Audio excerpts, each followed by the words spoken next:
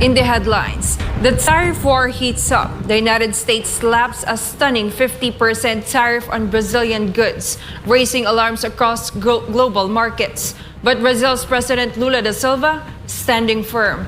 Lula says he will not bow down to pressure, and Brazil would negotiate as a sovereign nation. Across Europe, fast engulfing flames and fear. Portugal is in crisis as wildfires devour more than 10,000 hectares in just a single day. In neighboring Spain, soldiers have been called in as blazes rage through, triggering evacuations and red alerts. A U-turn in Ukraine, where massive protests forced President Volodymyr Zelensky to pull back a controversial anti-corruption bill, a move critics warned could have undercut key institutions and jeopardized Ukraine's path to EU membership. At The Hague, the ICC case against former President Rodrigo Duterte takes a new turn. Amid growing calls for his immediate release, Duterte's defense lawyer breaks his silence, laying out what the process really looks like at the International Criminal Court. Back here at home, impeachment effort against Vice President Sara Duterte hits a wall. A former lawmaker says it's time to move on, calling the case a lost cause. And in space, two major milestones. China's lunar mission wins a top global prize for returning samples from the moon's far side. And halfway across the world, India and the US unveil $1 billion worth of Earth mapping satellite designed to track climate change and natural disasters. I'm Jayne Codnita. Newsline World starts now.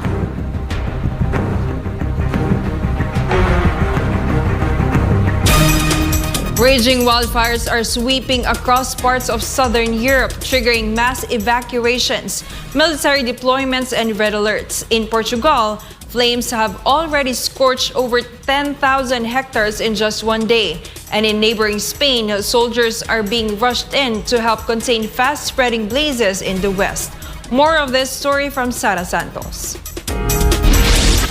Over 600 firefighters are now battling fast-moving wildfires tearing through northern and central Portugal. In just 24 hours, more than 10,000 hectares of land have gone up in flames. The situation is critical, with fires still active and out of control, especially near Aruca, just outside Porto. One village there has already been evacuated as flames edge dangerously close to homes. Dramatic footage from the ground shows scorched forests, thick smoke, and exhausted crews working through rugged terrain. Aerial units and dozens of fire engines have been deployed to support the fight. The blaze is spreading rapidly, fueled by dry bush and vast eucalyptus plantations, which are notorious fire hazards. Much of the firefighting force is made up of volunteers, a reality that adds strain during emergencies of this scale. Red alerts are in place across multiple districts. Authorities are urging residents to stay alert, follow official warnings, and be ready to evacuate if needed. In Spain, more troops have been sent in to help battle wildfires raging across the western province of Cáceres. Spain's military emergency unit has deployed additional forces from Seville to the fire zone in Extremadura, responding to a call for help from regional authorities. New footage shows troops from the 2nd Battalion rolling out with equipment and support vehicles. Their arrival brings the total military presence to 230 personnel and 88 vehicles now engaged in the firefighting operation. The fires, which broke out over the weekend, have already scorched more than 1,500 hectares near the towns of Pino Franqueado and Camino Morisco. Crews are up against steep terrain, searing heat, and unpredictable winds. A level 2 emergency has been declared in the region, paving the way for full national support in the containment effort. For God and my beloved country, the Philippines, Sara Santos, SMNI News. The United Arab Emirates continues to deliver life-saving aid through air and land. Now in its 4th straight day of operations, the UAE's Birds of Goodness mission continues to reach areas cut off from vital supplies. In close coordination with Jordan, the UAE completed its 57th airdrop over Gaza recently as part of its Birds of Goodness initiative to provide emergency aid to some of the enclave's hardest hit areas.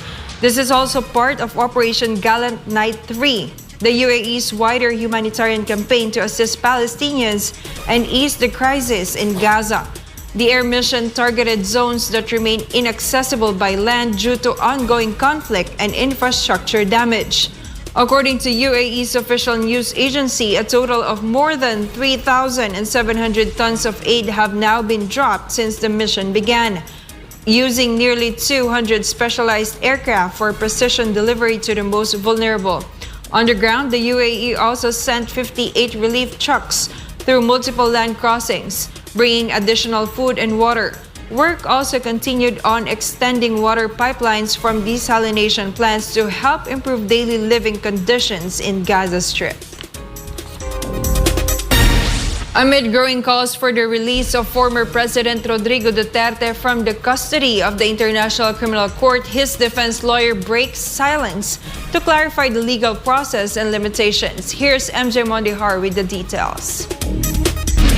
I want to make it clear. Attorney Nicholas Kaufman, lead counsel of former President Rodrigo Duterte, firmly denied that they are the ones causing delays in the case at the International Criminal Court, or ICC, despite criticisms from certain individuals. In an interview held in the Netherlands, the lawyer emphasized that the judicial process of the ICC must be followed in order for Duterte to be released promptly. Regarding the former president's request for provisional release, Kaufman stated that they're doing everything they can to have it approved. However, he clarified that they cannot proceed with the said request without first obtaining the sensitive information that is crucial to the process. According to Kaufman, he has been trying to obtain the said information for quite some time. However, he said that he cannot explain the details of it to the public at this time. This was Kaufman's statement during his previous interview outside the ICC on July 24th. The nature of the delays and the obstacles are confidential, but they are the information that we haven't received, because that's basically the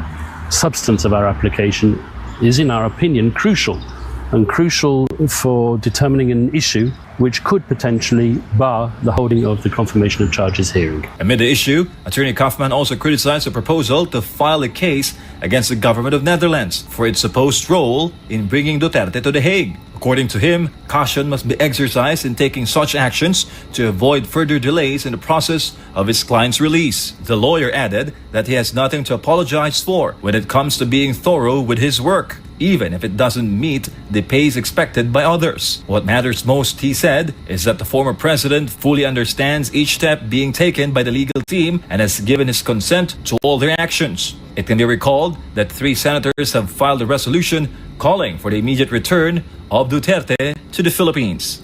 I think such an initiative on behalf of the senators is to be welcomed, because it basically expresses the will of the people. However, the judges rule on evidence and rule on risk factors. So whatever these senators say, and I welcome it, I really do welcome it, and I thank them for it. Regardless, the judges have a set of rules which they use to decide whether or not an individual should be released or not. For Ganmabul of Philippines, MJ Mondihar, SMNI News. Up next, impeachment effort against Vice President Sara Duterte hits a wall. A former lawmaker says it's time to move on, calling the case a lost cause. And in space, 2 major milestones. China's lunar mission wins a top global prize for returning samples from the moon's far side. And halfway across the world, India and the US unveil a $1 billion worth of Earth mapping satellite designed to track climate change and natural disasters. Newsline World will be back after the break.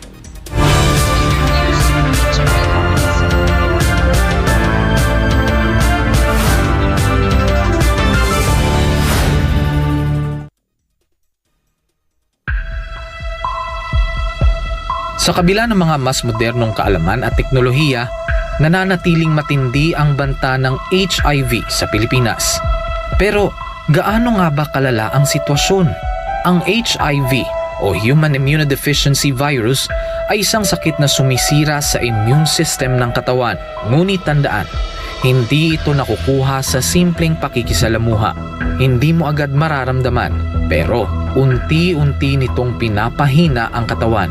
At kapag hindi naagapan, humahantong ito sa AIDS, ang huling yugto na impeksyon, kung saan halos wala ng panlaban ng katawan laban sa sakit. Patuloy na dumadami ang kaso ng sakit na ito sa Pilipinas. Isang nakababahalang pagtaas, umabot na sa 500% ang itinaas ng HIV cases sa mga kabataang edad 15 hanggang 25.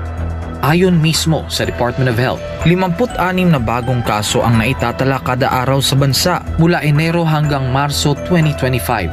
At ang pinakamatinding apektado, ang kalalakihan at kabataang Pilipino. Dahil dito, ang Pilipinas na ngayon ang may pinakamataas na bilang ng bagong kaso ng HIV sa buong Western Pacific region. Isang indikasyon ng lumulubahang sitwasyon. Kaya nananawagan ng Department of Health gawing opisyal at urgent ang laban sa HIV sa pamamagitan ng isang Public Health Emergency Declaration. Kalalakihan ng pangunahing apektado, 95% ng bagong kaso ay lalaki. Mahigit 1/3 ay kabataang nasa edad 15 hanggang 24. Habang wala pang deklarasyon, patuloy ang DOH sa mga sumusunod na hakbang: HIV testing, libreng gamot, self-test kits, at pakikipagtulungan sa DepEd para sa edukasyon sa mga paaralan. Isinulong rin ng DOH ang online patient appointment system para sa HIV patients. Layunin nitong gawing mas madali at mas personal ang pag-access sa libreng gamutan at konsultasyon. Ayon sa schedule ng pasyente, ang HIV ay hindi tulad ng flu. Hindi ito basta naipapasa sa hangin. Ito ay naipapasa sa pamamagitan ng personal na desisyon. Kailangan din nating pagtuunan ng pansin ang ugali, disiplina, at personal na responsibilidad. Isang paalala mula sa SMNI.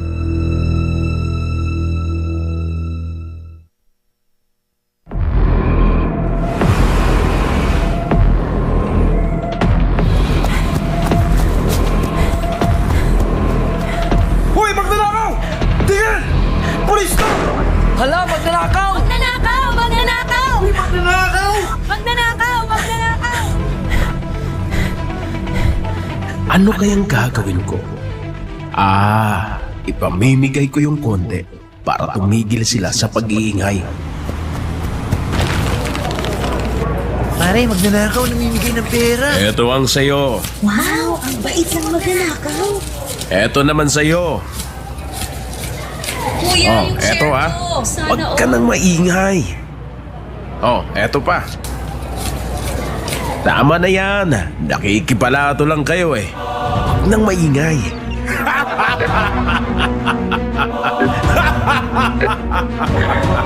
Diba? Konti lang pinamigay ko, mabait na ako. Tahimik na sila. Easy. Ngayon, pwede ko na tong suluhin.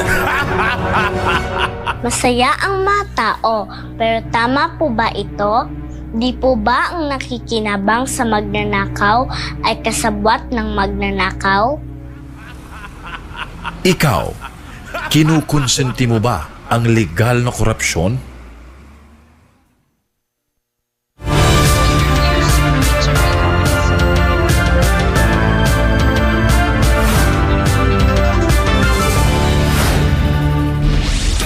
A former lawmaker has a message for lawmakers who continue to push for the impeachment of Vice President Sara Duterte. MJ Mondehar has this report. For former Congressman Jacinto Jing Paras, efforts by opposition and anti-Duterte groups to block Vice President Sara Duterte from running in the 2028 presidential elections are now unlikely to succeed. This comes after the Supreme Court upheld the dismissal of the impeachment complaint through a unanimous vote of 13 out of 15 justices. Yung decision na 8-7 8 in favor, 7 against. Mahirap mo pang ang baliktarin yan You need one to move to the other side. Ito pang 13. Unable to accept the decision, the House of Representatives is preparing to file a motion for reconsideration to reverse the Supreme Court's ruling. Meanwhile, several senators are still pushing to proceed with the impeachment proceedings despite the High Court's decision. Wala namang articles of impeachment na tinatakil sila.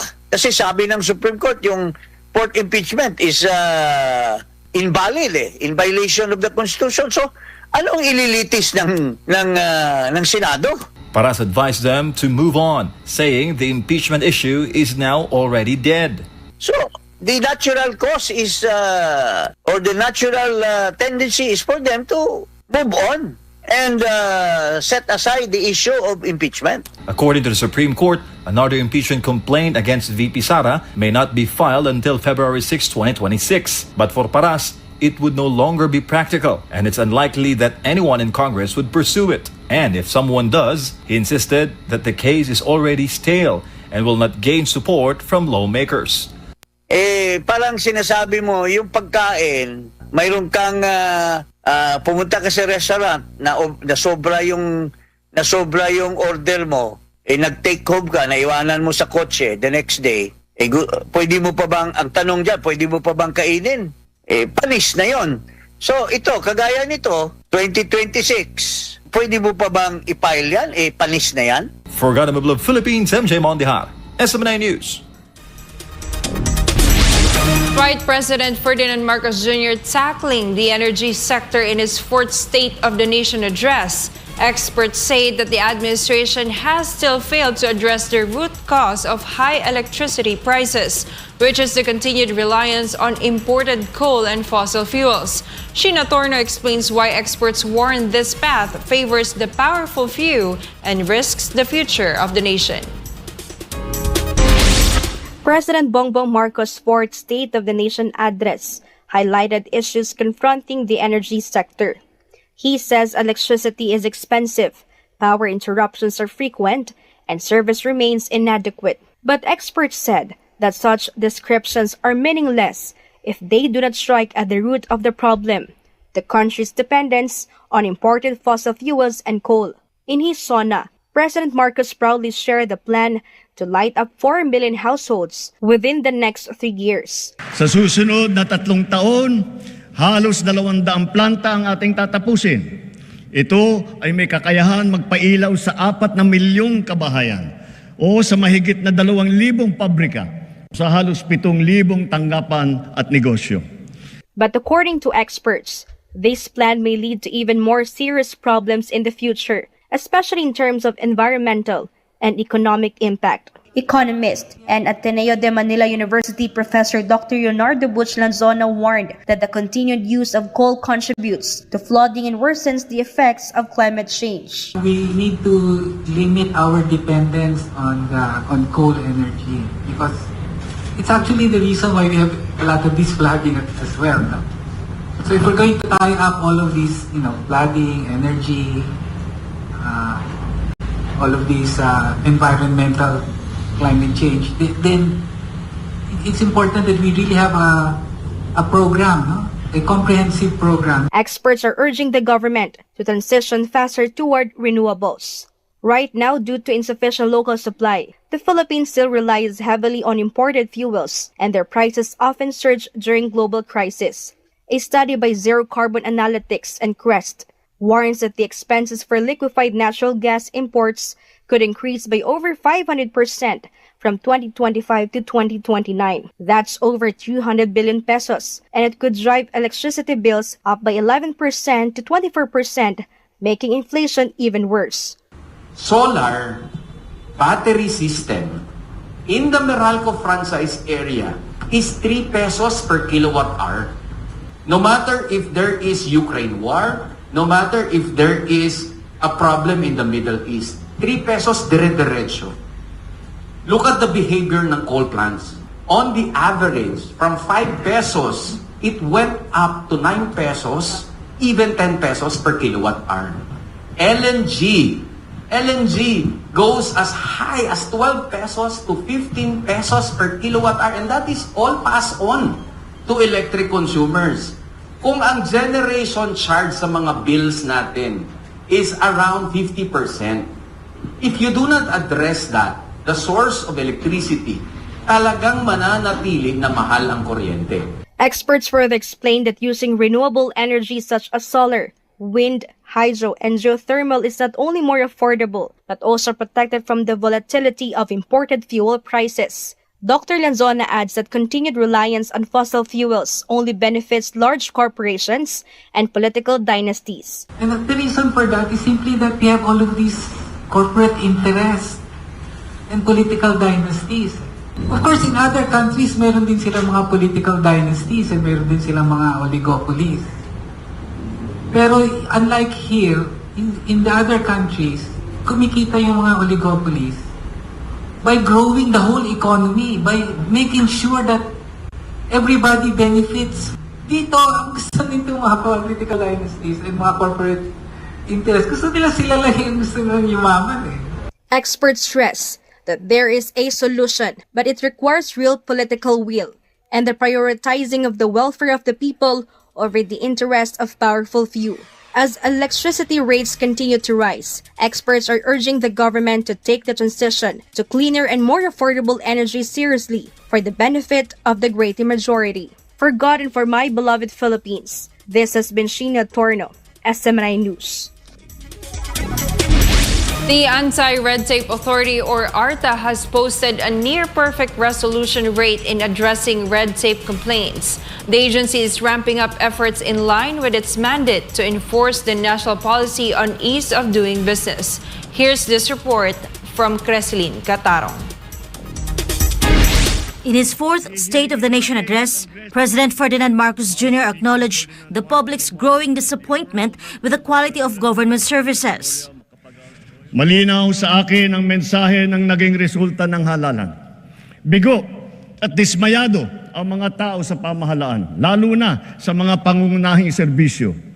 ARTA Director General Ernesto Perez said the president's statement reflects a widespread public sentiment over delays and poor performance in some government agencies.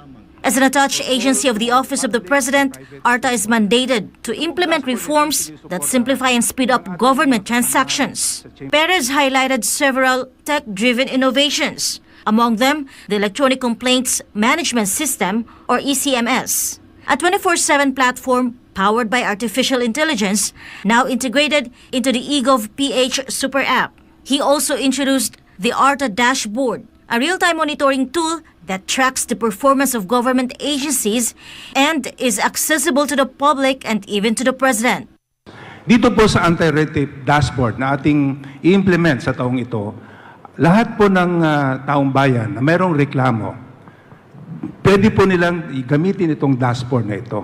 At ang dashboard will also have access by the President, by government agencies. Gagamitin po natin itong dashboard na ito, accessible for all public and private stakeholders. Based on ARTA's report, the agency has achieved a 99% resolution rate in the cases it received. The remaining 1%, fewer than 200 cases, were immediately referred to the Office of the Ombudsman and the Civil Service Commission for appropriate action.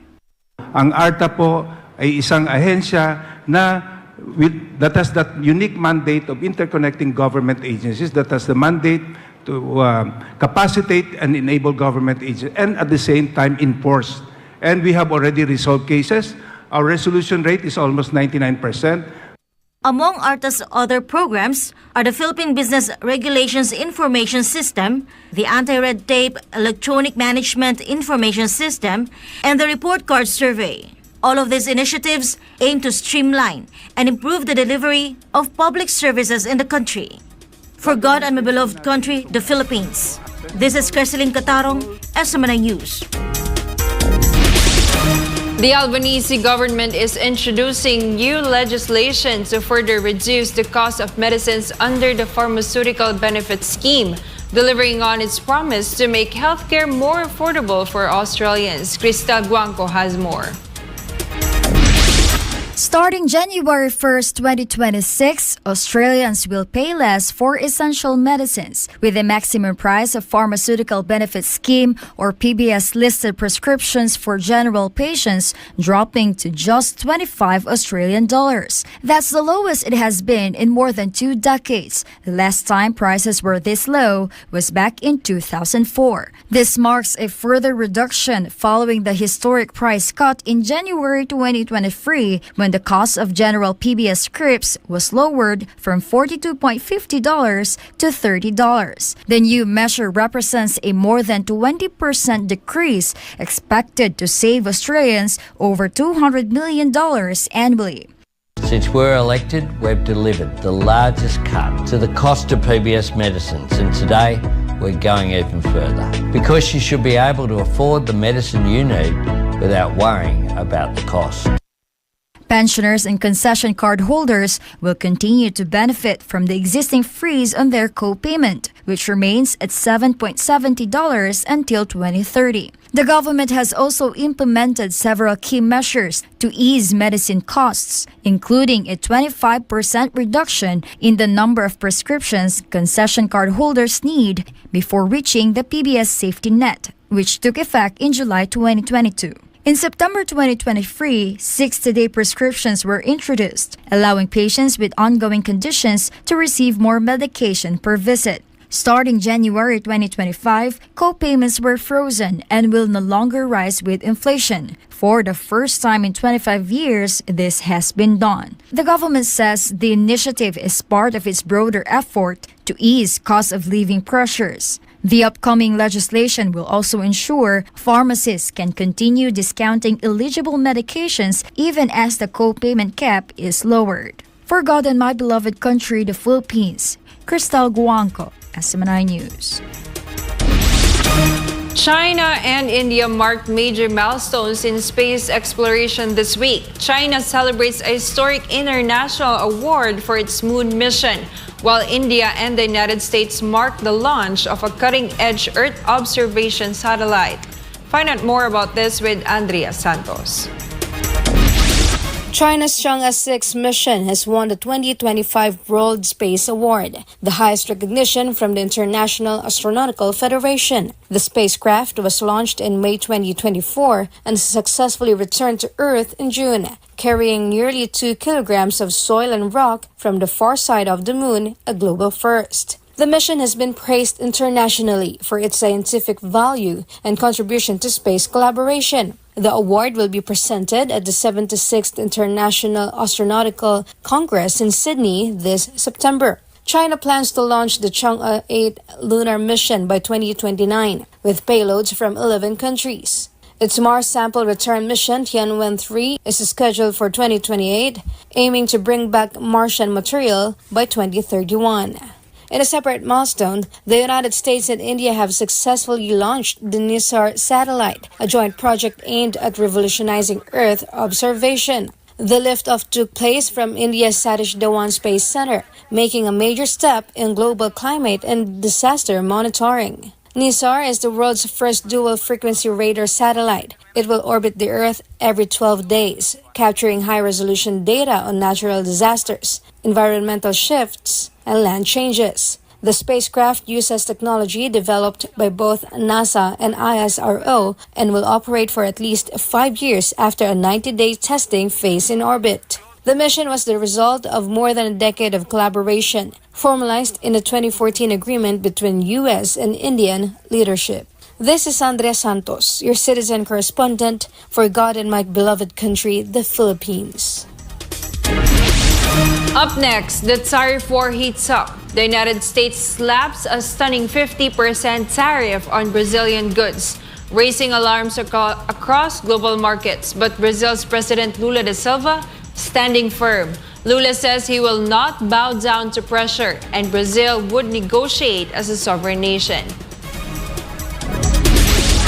And a U-turn in Ukraine, where massive protests forced President Volodymyr Zelensky to pull back a controversial anti-corruption bill, a move critics warn could have undercut key institutions and jeopardized Ukraine's path to EU membership. We'll be back after the break.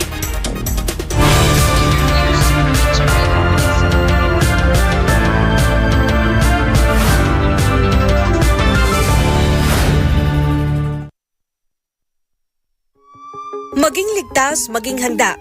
Narito ang ilang paalala kung sakaling tumama ang lindol. Maghanda ng emergency kits na may lamang flashlight, pito, first aid kit, tubig at pagkain. Alamin ang emergency exits sa inyong bahay, paaralan o opisina. Habang lumilindol, magtago sa ilalim ng matibay na lamesa upang maprotektahan ang sarili sa mga nahuhulog na bagay. Lumayo sa mga bintana at mabibigat na gamit na maaaring mahulog. Kung ikaw ay nasa labas, lumayo sa mga gusali, puno o poste na maaaring matumba. Kung ikaw ay nagmamaneho, itabi at ihinto ang sasakyan at lumabas. Pagkatapos ng lindol, gamitin ang hagdan sa paglabas ng gusali at huwag gumamit ng elevator. Maging alerto sa aftershocks at manatili sa open space kung kinakailangan. Maging ligtas at maging handa sa anumang sakuna. Ang paalalang ito ay hatid sa inyo ng SMNI.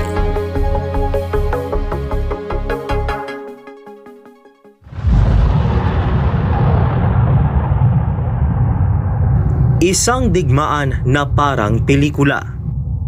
Missiles, drones, at bunker-busting bombs. Pero ang epekto, totohanan. Daan-daang patay, wasak na infrastruktura, at nagmahal ang presyo ng langis na nakaapekto sa pandaigdigang merkado. Ito ang tinaguriang 12-day war o 12 araw na gyera sa pagitan ng Iran at Israel. Isang gyerang nagbago sa takbo ng politika, ekonomiya at seguridad, hindi lang sa Middle East kundi sa buong mundo. Hunyo 13, 2025, binomba ng Israel ang Iran para pigilan ang umano'y pagbuo ng nuclear weapons. Gumanti ang Iran. Libu-libong missiles at drones ang pinakawalan na ikinamatay ng 28 sa Israel. Sa loob ng 12 araw, kaliwat kanang opensiba ang inilunsad ng magkabilang panig. Hunyo 22, sumali na ang Amerika. 3 nuclear sites sa Iran ang binomba gamit ang B-2 stealth bombers sa Isfahan, Fore at Natanz. Sabi ng US, layo nitong hadlangan ang nuclear program ng Iran. Pero para sa Tehran, ito raw ay pagtalikod sa diplomasya. Hunyo 24, inanunsyo ni US President Donald Trump ang ceasefire sa pagitan ng Israel at Iran. Pero ilang oras pa lang, muling nagkagirian. May ulat ng missile strike ng Iran na itinanggi nito kaya gumanti ang Israel. Sa huli, tumigil din ang putukan. Parehong panig nagdeklara ng tagumpay. Parehas ding nagturuan kung sino nga ba ang lumabag sa ceasefire. Ngunit para kay Trump, pareho lang lumabag ang dalawang panig. Bandang gabi ng Hunyo 24, tumalab na rin sa wakas ang ceasefire. Ngunit habang pansamantalang natahimik ang putukan, nananatiling mainit ang mga tanong. May saysay pa ba ang diplomatikong kasunduan kung nauuna pa rin ang dahas?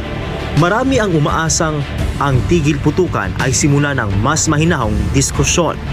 Pero ang duda, nananatili. Sa Israel, nagtago ang mga sibilyan sa mga bomb shelter. Habang sa Iran, maraming taga-Tehran ang napilitang umalis sa kanilang mga tahanan patungong Turkey at Armenia para makaligtas sa gulo. Sa Iran, ayon sa Health Ministry nila, 610 na ang patay, 4,746 ang sugatan. Sa Israel, 28 ang nasawi, ayon sa Army Radio. Marami rin sa military commander at scientist ng Iran ang nasawi.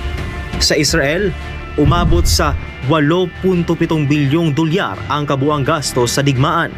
Katumbas ito ng halos 725 milyong dolyar kada araw sa loob ng 12 araw. Habang ang Iran, nahirapang makabangon dahil sa nasirang pasilidad. Matapos ang deklarasyon ng ceasefire, nakatutok na ulit ang puwersa ng Israel sa Gaza.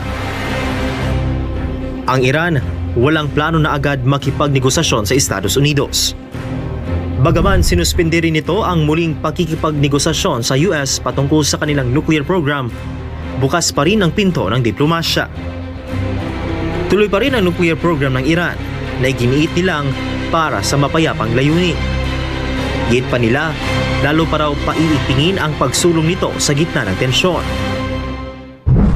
Sa kasagsagan ng tensyon, nagbanta ang Iran na isasara ang Strait of Hormuz, isang makitid na lagusan kung saan dumadaan ang halos 20% ng langis sa buong mundo. Bagamat hindi pa ito isinara, nagdulot na ng panig ang banta ng Iran. Tumaas ang presyo ng langis. Umabot sa $78 kada barrels ang krudo. Damang-dama ng buong mundo ang epekto ng digmaan. Ang pandaigdigang merkado nataranta. Sa kasagsagan ng gyera, bumagsak ng 2% ang US S&P 500. at tumaas ng 30% ang gastos sa maritime insurance na nagpabigat sa kalakalan sa Asya.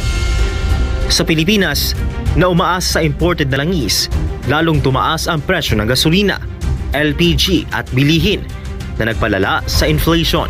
Ang mga Pinoy na nasa Middle East na nais bumalik sa Pilipinas dahil sa takot, nahirapan makauwi.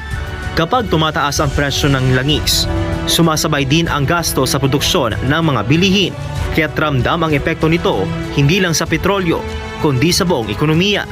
May panukalang fuel subsidy para sa mga PUV. Pero sapat kaya ito? Isa itong paalala na kahit malayo ang labanan, ramdam.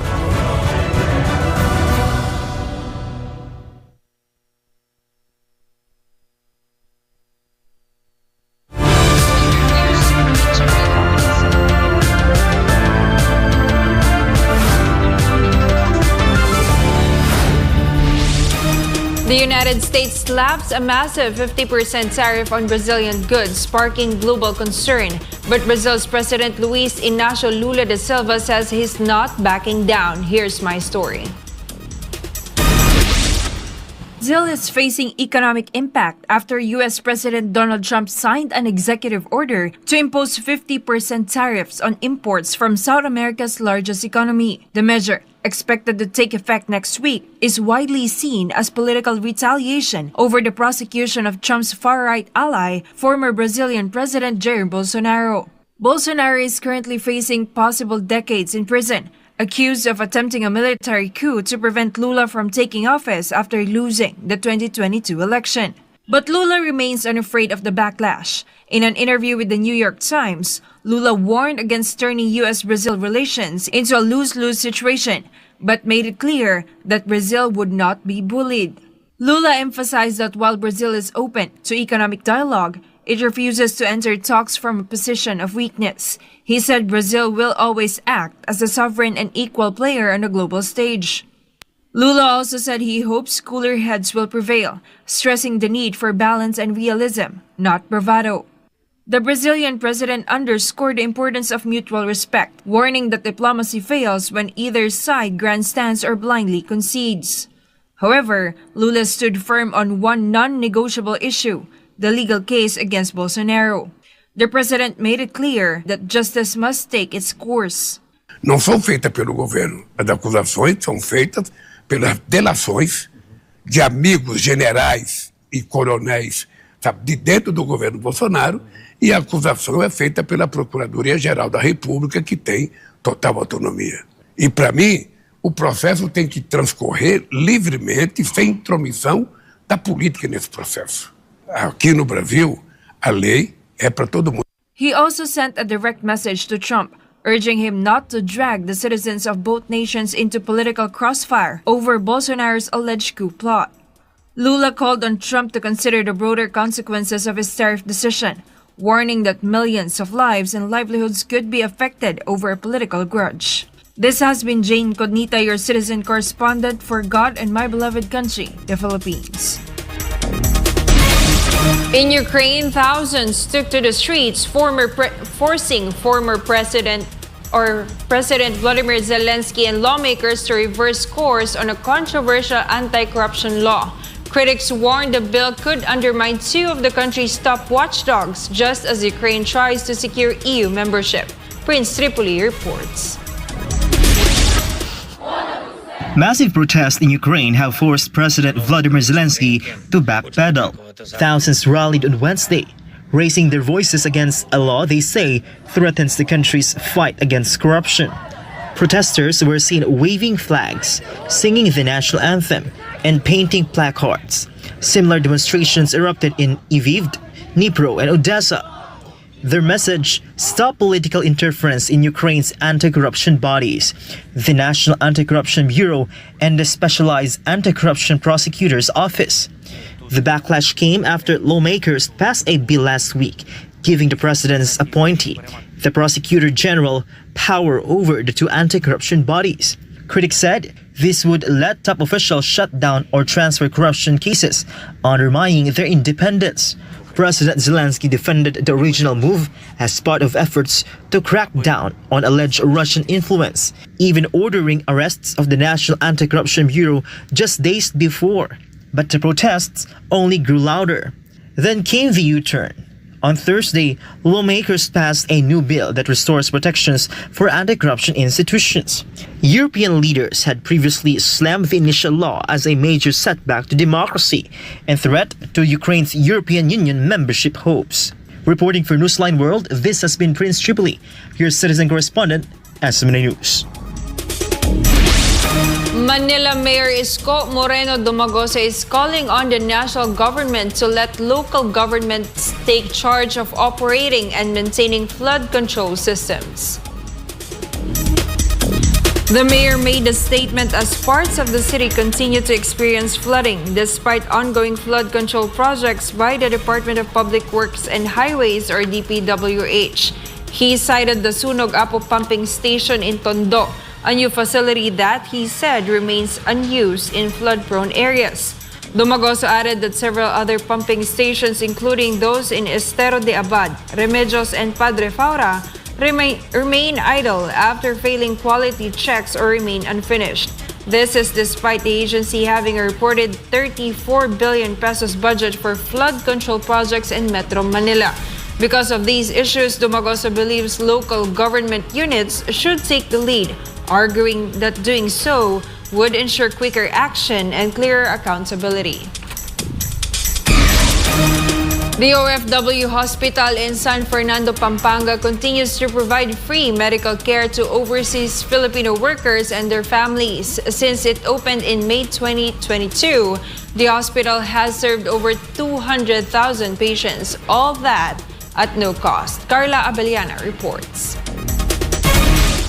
The OFW hospital offers more than 100 types of medical services completely free to eligible OFWs and their dependents. One of its patients is Benito, who underwent a gallstone surgery, a procedure that would have cost over 100,000 pesos in a private facility.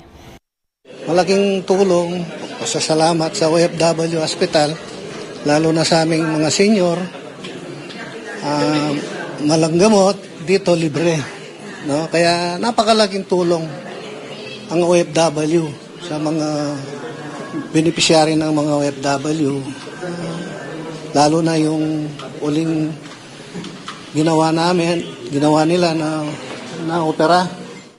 Migrant Workers Secretary Hans Leo Kakdak says more and more patients are benefiting from the OFW hospital. The number of confined patients has nearly doubled and surgeries are up by almost 200%. And just like Benito, they didn't have to pay anything. The DMW's zero billing policy was already in place even before President Ferdinand Marcos Jr. highlighted it in his 2025 SONA. But let me just say, wala talagang binabayaran kahit isang kusing. So we've never had that difficulty nor challenge here at the OFW hospital since day one. Sige, Doc. Okay. Ang ginagamit po natin is yung sa PhilHealth and yung doon po sa DOH sa MyFip. Doon po yung pinanggagalingan po ng ating mga funds. Kung gusto nyo pumunta ho kayo ng billing and cashier, wala hong pera doon. There's no money circulating in this hospital. So wala hong binabayaran ang pasyente po dito. I'd just like to answer the funding and bakit ba no balance billing, and we don't want it not recognized because we want to honor our counterparts from OWA who also support our patients as far as the fundings are concerned. So thank you po sa OWA.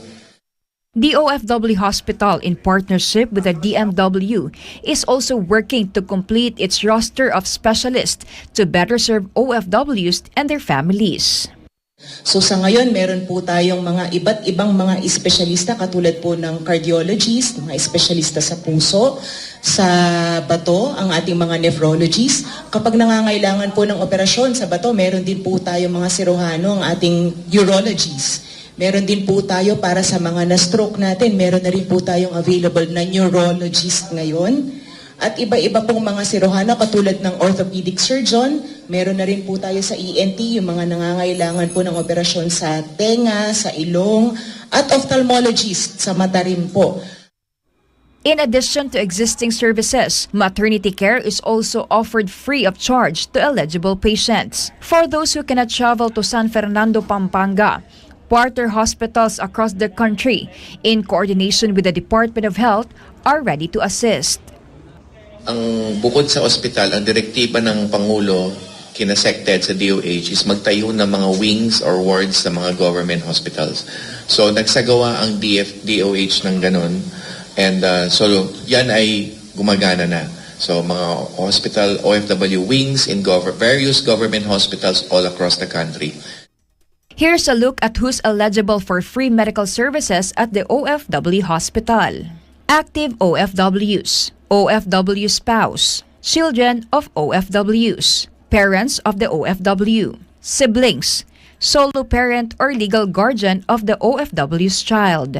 To avail of the free medical services, the following documents must be presented: passport or government-issued ID of the OFW, proof of relationship such as birth certificate, marriage certificate, senomar, school ID or solo parent ID, depending on the case. For God and my beloved Philippines, Carla Abellana, SMNI News. Up next, in Virginia, a political attack turns fiery as a man charged with attempted murder for allegedly setting a councilman on fire. It happened after a heated confrontation in Danville City. We'll delve more into that later on. Newsline World will return.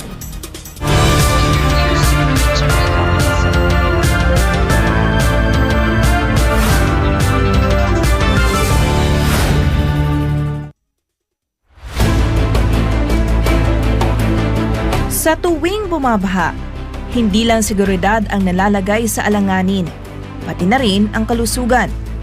Isa sa mga bantang dapat iwasan, ang leptospirosis. Ano nga ba ito? Ito ay isang sakit na dulot ng bakterya na tinatawag na leptospira. Nakukuha ito sa pamamagitan ng kontak sa ihi ng mga hayop na may leptospira tulad ng mga daga. Pwede itong makuha sa pagsulong sa baha o pag-inom ng kontaminadong tubig. Nakakapasok ito sa katawan sa pamamagitan ng mga sugat, mata, ilong o bibig. Ang mga sintomas nito ay lagnat, mapulang mata, hirap umihi, masakit na tiyan, masakit na kalamnan, at masakit na ulo. Paano nga ba maiiwasan ang leptospirosis? Ugaliin ang tamang pagtatapon ng basura dahil ang mga maruruming lugar ang kadalasang pinupuntahan ng dagang may dalang leptospirosis. Iwasang lumusong, maglaro o lumangoy sa baha, lalo na kapag may sugat. Gumamit ng bota at gloves kung hindi maiiwasang lumusong sa tubig baha. Sugpuin ang mga daga sa bahay at panatilihin ang kalinisan sa komunidad. Hugasan ng malinis na tubig at sabon ang mga paa matapos lumusong sa baha. Sa kalinisan ng bawat isa, nakasalalay ang kaligtasan ng buong komunidad. Ang paalalang ito ay hatid sa inyo ng SMNI.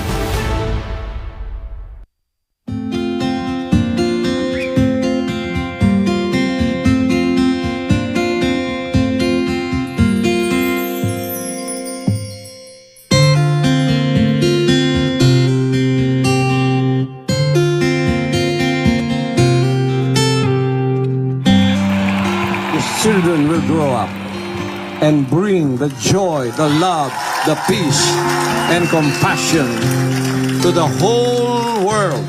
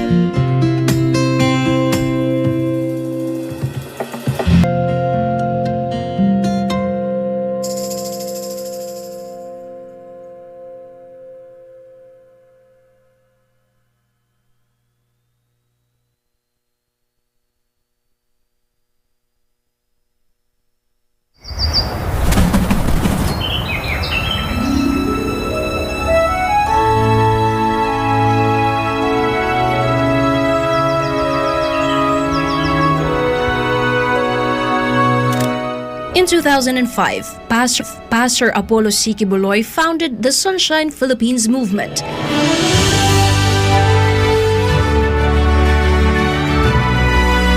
A mission rooted in love for nature and nation. It began as an environmental and humanitarian initiative to reforest Mount Apo, once barren, now a thriving and beautiful place. Through his initiative, thousands of trees have been planted across the Philippines, bringing life and hope to communities. His advocacy, One Tree, One Nation, is also a movement that calls for unity in preserving the environment. Because every tree planted is a step towards unity, healing, and a greater future.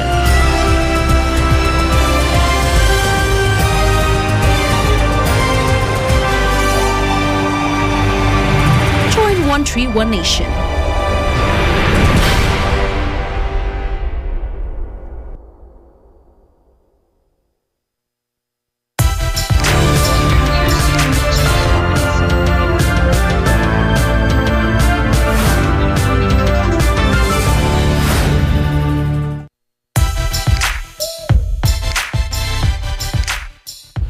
Two headline-making moments in the world of sports, one on dry land and the other in the water. Former NBA star Gilbert Arenas is facing federal charges over an alleged underground poker ring linked to celebrities and high-stakes gambling. And across the globe, French swimmer Leon Marchand is making history, shattering a world record and setting the stage for Olympic glory. Full details from Prince Tripoli. Former NBA star Gilbert Arenas is currently in legal hot water, accused of running a secret high-stakes poker ring out of his Los Angeles mansion. Authorities say Arenas, known in his playing days as Agent Zero, was behind a series of underground games that drew celebrities, athletes, and deep-pocketed players, with buy-ins reportedly reaching hundreds of thousands of dollars a night. The 43-year-old was taken into custody and has since posted bail. He's facing federal charges, including conspiracy to operate an illegal gambling business. So far, neither Arenas nor his camp has made a public statement. Investigators say more arrests could follow as the probe into the wider gambling network continues. Leon Marchand made history in the semifinals heat of the 200-meter individual medley, clocking in at 1 minute 52.69 seconds, a full second faster than Ryan Lochtef's world record set back in 2011. The 22-year-old was calm and composed going into the race, and explosive once he hit the water. His performance stunned both fans and fellow competitors. All eyes are now on Marchand heading into Thursday finals, where he's the clear favorite for gold. With the Paris Olympics approaching, France may have just found its next swimming legend. This is Prince Tripoli, your citizen correspondent, bringing you the latest sports news. A disturbing report from South Africa's health ombud has uncovered serious neglect and mismanagement in two mental health hospitals in the Northern Cape, following the deaths of multiple psychiatric patients. The findings paint a grim picture of healthcare conditions in the province. Virgil Parba reports. A report by Health Ombud Professor Taule Mokoena reveals alarming levels of neglect and mismanagement at the Northern Cape Mental Health Hospital and Robert Mangaliso Subukwe Hospital. Several psychiatric patients either died or suffered severe medical complications due to poor infrastructure, staff shortages, and outright negligence. We found that during this time when there was no electricity, patients were freezing to death, literally. Among the deceased, John Lowe, Cyprian Mahoro, Petrus de Bruen, and Chepo Mdimbaza. The probe revealed that one patient died of hypothermia, another of pneumonia, and a third of a stroke, all linked to extreme cold and lack of proper care. Electricity outages caused by vandalism left patients and staff in the dark, with nurses forced to use cell phone torches and non-working security locks heightening risk. The nurses were forced to work in the dark, and they had to improvise by using their old cell phone torches the electromagnetic locks were non-functional. There was a major security. This constitutes, as you may imagine, a major security breach because mental hospital patients they can wander around if they are not properly secured. Emergency resuscitation equipment and drugs were missing, resulting in preventable deaths. Staff were operating at just 53% capacity, and junior nurses were placed in charge of critical care units without adequate support. According to Moquena, while private hospitals nearby restored power within a month, NCMHH took nearly a year, a delay that proved fatal for several patients. Health Minister Dr. Aaron Motsoaledi, who initiated the investigation, said the conditions may warrant professional misconduct charges and called for the involvement of the Health Professions Council. The minister has since announced the creation of National Mental Health Review Committee to overhaul hospital management and ensure accountability in the public mental health system. This is Verhil Parba, your citizen correspondent for God and my beloved country, the Philippines. Train service from Bangkok to the Bangkok-Luk border checkpoint in Sakayo province is back in operation after a temporary suspension due to recent clashes along the Thai-Cambodian border. The State Railway of Thailand, or SRT, says the final stretch of the eastern line between Aranya Pratet and the border station is once again open to the public. This segment was closed on July 26 as a precautionary measure during the conflict. With services now restored, both locals and tourists can once again travel the full route of the Eastern Line. Train schedules are available online and at railway stations. Travelers heading to the Thai-Cambodian border can now breathe a sigh of relief. The SRT has also reaffirmed its commitment to passenger safety and reliable service across all routes. News on the global food situation. Hunger levels have gone down for the second straight year. But as the United Nations warns, not everyone is seeing the benefits. Millions in Africa and West Asia are still facing worsening food insecurity. This report from Carla Beliana. There has been global hunger is slowly easing according to a new United Nations report. The 2025 State of Food Security and Nutrition in the World, or SOFI, shows around 15 million fewer people went hungry in 2024 compared to the year before. That's a drop from 8.5% of the global population in 2023 to 8.2% in 2024, a sign of progress led by countries in Southeast Asia, South Asia, and South America. But experts warn that not all regions are improving. Parts of Africa and West Asia, including the war-torn Gaza Strip, saw hunger worsen significantly. In Gaza alone, more than 1.1 million people were hit by extreme hunger in 2024. This is double the number from late 2023. Chief economist of the UN Food and Agriculture Organization, Maximo Torero, explains the main drivers of global hunger: war, weak economies, and rising prices. The first one of all is conflict. Conflict is affecting enormously many of the countries, and many of the countries which are in food crisis are mostly because of conflict. But also we have the macroeconomic issues, the slowdowns and downturns, which is affecting those economies. Food has become significantly more expensive worldwide since 2021, hitting the poorest families hardest. The SOFI also shows us that the food prices have been increasing more and faster than the prices of other commodities. That means the food inflation has been faster and higher than the non-food inflation. And that, of course, affects the most vulnerable people, which their share of expenditures in food is higher than in other commodities. By 2030, hunger numbers are expected to continue falling. But even then, over 500 million people will still not have enough to eat, and most of them are in Africa. The UN urges countries to respond with policies that directly supporting struggling households, along with long-term investments in food production, infrastructure, and agricultural technology. Since 1999, the SOFI report has been the go-to global reference for tracking hunger and nutrition. For God in my beloved Philippines, Carla Abellana, SMNI News.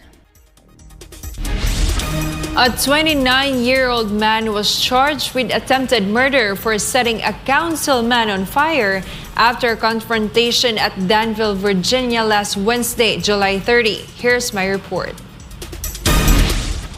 Southern Virginia police have charged 29-year-old Shotzi Michael Buck Hayes with attempted murder after reportedly dousing Danville City Councilman Lee Vogler with a flammable liquid and setting him on fire. Witnesses of the incident told police that Hayes forced his way into the office, threw the flammable liquid on Vogler, and when he exited the building, set him on fire. The owner of Showcase magazine posted this video about 24 hours ago. Lee is awake and talking and en route to the burn center in Lynchburg. Our hearts and prayers are with him. Everyone here at Showcase, we don't even really know what to say. According to Danville City Police, Hayes fled the scene right after, but was later arrested several blocks from the incident, aided by witnesses' description. Based on initial investigation, the victim and suspect know each other, but the attack stemmed from a personal matter not related to politics. This type of senseless act of violence has to stop. You do not have the right as a human being to get upset with someone enough to lash out and attempt to harm them in any way, much less this way. The victim was airlifted to a regional medical facility for treatment, and authorities have not released further details about his condition.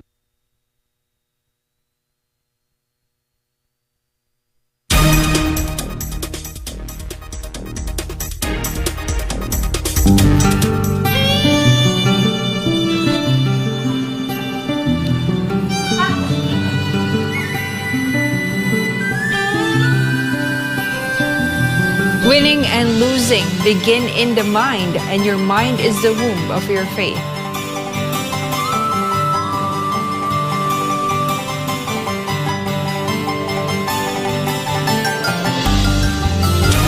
And that's all for tonight's edition. For more updates, you may visit smnewschannel.com or follow us on our official social media accounts on Rumble, YouTube, Facebook, and X.